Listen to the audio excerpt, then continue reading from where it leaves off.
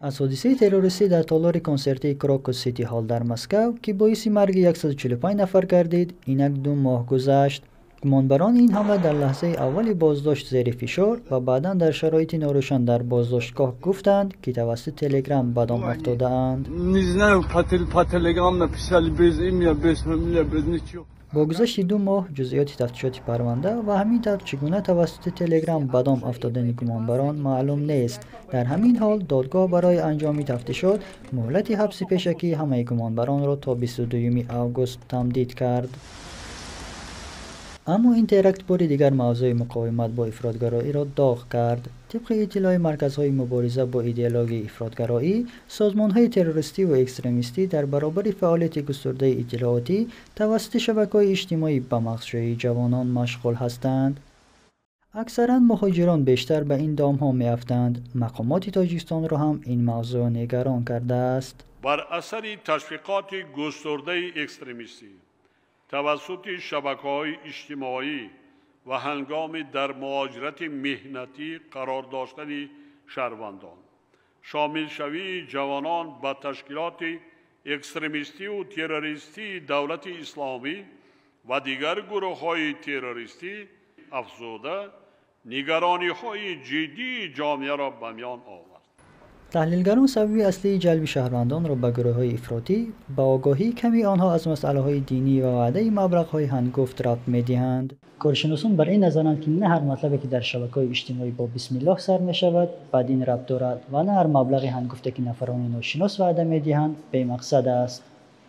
یکی از ملکه مهمترین این رشد تفکر انتقادی است، چون که تفکر انتقادی به ما امکانیت می‌دهد که از نقطه نظر شبهه به همه آن محتوایی که در گرد اطراف ما پهن می‌شود نگریم، از جمله به محتوایی که خاراکتر دینی دارد.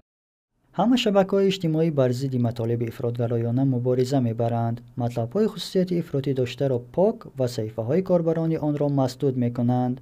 با کوشش مرکز جهانی مبارزه با ایدئولوژی افراطگرایی در 3 ماه اول سال 2024 تنها تلگرام 445 گروه افراطی را بسته و بیش از 16 میلیون مواد افراطی را پاک کرده است. غیر از این پس از حمله به کراکوس سیتی هال تا کنون تلگرام بیش از 43 میلیون مواد افراطی را حذف نموده است. اما کارشناسان بر این نظرند که باید کاربران شبکه‌های اجتماعی هم بر ضد افراطگرایی مبارزه برند.